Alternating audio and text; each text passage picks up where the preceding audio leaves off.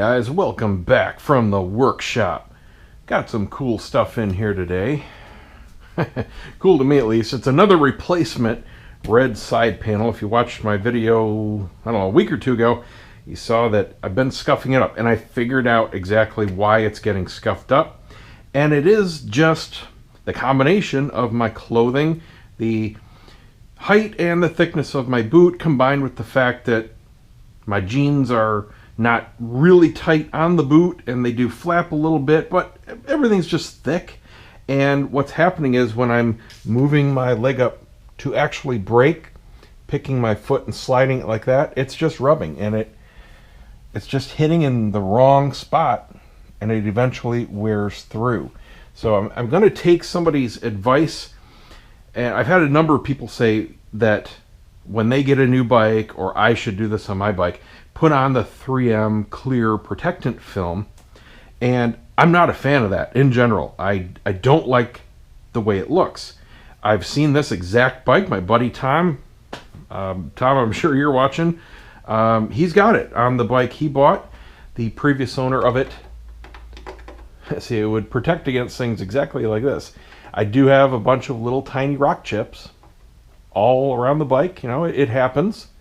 And that's what the 3M film protect against, but I don't like the way it looks. Even when it is absolutely freshly washed, I still see it. I don't know if it's because I just have an eye for that kind of detail, whether it's because I'm a photographer and I notice things like that, but I love the way the paint looks when it's waxed and it's got that deep metallic depth to it. It looks beautiful, and I don't care how good of an application that film is, it dulls it. Pure and simple. I notice it. I don't like the way it looks. So I choose not to put it on the bike. Same reason you don't see cages and crash bars and all that kind of stuff. Sure, it'll maybe protect some of the bike in some cases if it goes down. But the dang things are so fugly to me, I don't want to run it and have to look at it on the bike in between the crashes. So I'd rather just replace parts when and if I do crash a bike and live with a beautiful looking bike in between. 6 of one, half a dozen of the other. So it's just personal preference. But I don't ever see, unless I'm washing it, this section of these panels. It's really just this on the other side. It's easier to show you right here. It's just this bottom section right here that's getting scuffed, where my boot is rubbing. Just right here.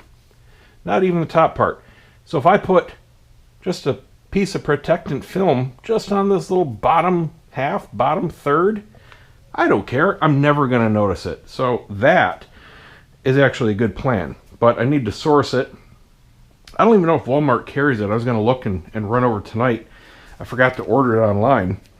But this came in. Part Shark, if you're new to ordering OEM parts, replacement parts for pretty much any Japanese bike at least, they have very good prices. The only downside is fairly slow shipping. Typically an extra few days to get it in from the warehouse. They don't stock anything. They're just a reseller, like almost all the other online places that sell replacement parts. But definitely shop around for whatever you're looking for. For example, when I did my clutch upgrade, there were a whole bunch of OEM parts that I had to order. And I went on the various sites and, put in my list of everything I needed and included shipping, because that is important. Some have very different shipping policies and prices. Figure out which is going to be the best deal for you. But for this particular part, they had slightly better deal, and I was in absolutely no hurry, so bam, got it again. So that just bolts on, and easy peasy. Not especially expensive. And it's nice, some people say, well, just repaint it or whatever. I'm sorry, but I'm not that poor. This part is like $70. Comes complete, bolted on, comes with the label on the front, the padding on the inside. It's ready to go. It's OEM. It's 100% perfect. You're done. Zero time invested other than clicking a mouse and opening a box. You're not saving that much having it painted. Maybe 10, 20, 50, peanuts, absolute peanuts. If I'm sorry, but if that matters in your life, you got issues. So, ready to put that on, and then I'll get 3M film on there before I start riding again. I was going to go so far as to mount a GoPro to see where my foot was actually hitting it, but I went out last weekend, and I'm just, looking down while I'm riding, and that was exactly when it was hitting. So I was also curious if it was my rain gear, because it flaps so bad that it tears the pants in the back if I go on the freeway. So I was wondering maybe if that did it or not, but nope, it's definitely not that. So I'm also prepping, probably get this done tonight, to throw another part on the FZ09, the brake kit, the other component to the STS people here. They make their smart brake module, which is a velocity driven flasher or just actuator for your OEM, your built-in brake lights. So it's very much like the Volo lights that I have on the FJR, and Volo lights also has a module if you don't want a separate thing and you just want to use the bike's brakes. Now there are a couple differences, and I'm hoping that this is going to be good out of the box, but the Volo lights may have an edge up on this, and the big difference I notice is there's no sensitivity adjustment on their module. It's just plug in and go. You have one toggle of whether you want it to flash on actuation or just come on steady, and that's it. That's the only customization. The Volo lights give you 3 different sensitivities for how it detects whether to actuate, and I know that when I installed it on here, there was definitely one setting that I preferred over the other 2. It worked a lot better in the middle setting. I think it was actually called Sport Touring. They had Sport Touring, and I can't remember what the third one was, but it works absolutely perfectly in that setting, and I've left it alone. So I'm hoping that this works to my liking right out of the box, but we'll see. It's a very simple install, nothing like doing their brake system. It's just tapping into 3 wires, no cutting, just your power ground and the brake light actuation wire, and then just mounting the box itself. The box is identical to their other unit box, and I did verify with them that my hunch was right, and they are just buying these third-party and using the exact same box for all their projects. However, of course, next month they took my suggestion, and they are producing these out of plastic and in a smaller form factor. So I won't get them, but maybe some other people watching these videos will get them. So it'll be a nicer piece to install. You don't have to worry about scratching any part of your bike because you won't have this all aluminum housing anymore. And smaller is always better. So their toggle is simply if you mount it right way up or upside down. There's a little sensor inside, and that'll flip it between working solid or flashing. And that's all you have to do. You point the arrow facing forward. And of course, if for some reason you wanted to mount this backwards, you can take off the side plates, just slide out the board and flip it either way. Makes absolutely no difference. As long as the board is facing the right position, that's all that matters.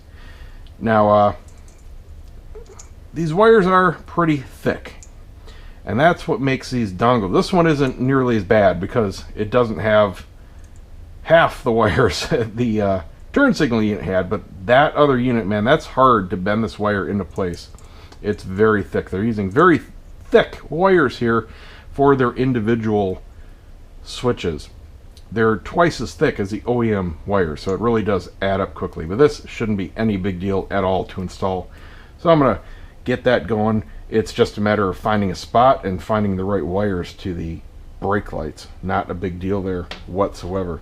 You might notice my humidor is gone, and that's because it's so freaking humid out here just in ambient conditions. It's not a good test, so I've got it inside in my office where humidity is actually almost spot on. My house is basically a humidor this time of year, but out here just opening it and using it, and by the way, having cigars out here in the garage, oh, I was spoiled. That is just awesome. I wish I could keep those out here all the time, because it's like having a beer fridge. I don't have to go inside and go through my coolers. Just pick out what I want to smoke. It's been fantastic out here working in the garage, smoking with neighbor Tim, just hanging out. That was a beautiful thing. But I'm moving my review schedule for that up because, like I said, there's no point in having it out here. Just opening it up, the humidity jumps up to like 80% and then slowly creeps down. That's no good for the cigars, so that's going to be inside. Another thing I got recently here was the new iPhone 10, and let me tell you what, I'm loving it, and not for the reasons I thought I would. I actually upgraded mostly for bike-related reasons. I was tired of having to use the LifeProof case on and off just for waterproofing, for use on the bike, for streaming music and GPS duties. This is waterproof. You know, it's waterproofing flat out from the phone is nothing new, but I was rocking an old iPhone 6. It was over 3 years old, and it functioned just fine for me. But man, the biggest difference between these two is the phone speaker volume. The regular earpiece, not speakerphone, the regular phone volume. Oh, huge difference. Absolutely love it. I thought it was me. I really did, because I had some problems hearing some people sometimes. This thing is twice as loud. I had no idea. No idea that phones had, you know, made that kind of change. And that brings me to my last subject. The days of YouTube where you could just do whatever you wanted to with your channel are unfortunately gone. I had half of this video filmed. I was doing a video on the phone upgrade because there was a lot of information. I would love to do a video, a dedicated video of what it's like, the whole experience going from a 6 to a 10, because I know there are a lot of people out there in a very similar situation, especially bike related. And I had, you know, a lot of things that I found that were obvious I wanted to talk about, and I can't, because it's just going to flop. No matter what channel I put it on, it's going to alienate my audience because it's not bike related enough. It's definitely not cigar related enough. And I do have channels out there that I can just throw, you know, willy-nilly stuff on, but nobody watches them. I don't have the subscribers, so there's really no point. I miss those days. So anyway, I'm going to start getting this apart, figure out my lights, do a video real quick on installing that brake module, which should be pretty cool. I need to order 3M film. I'll get this installed, and that should be the last time I have to order a panel because of scratches. Like I said, this is my second red panel because I've scratched it up. I thought the first time was a complete fluke, but now I know it was me, and obviously I figured out how. So hopefully that's the last time I have to replace those side panels. But that's it. So it's just a night of hanging out in the garage, firing up a cigar. I finished a video on a lighter repair. Got to do a little cleanup. We'll get that video done. Weather looks really good. Got a whole bunch of stuff coming up. Got a lead. Thank you again, Tom, on reviewing the new Goldwing. Really excited to do that. We've got Daytona coming up. Staying there for a couple days. Tons of reviews coming from that. And of course, a bunch of regular hanging out videos and tours of Daytona and all that kind of good stuff. I've got Leesburg coming up. BMW reviews. Their truck is coming. KTM. Finally, the KTM truck is coming real soon. I'll have reviews of that and a whole bunch more. So that's it, guys. Thanks for hanging out. Just letting me shoot the breeze with you. Stay tuned for more videos, and we'll see you next time.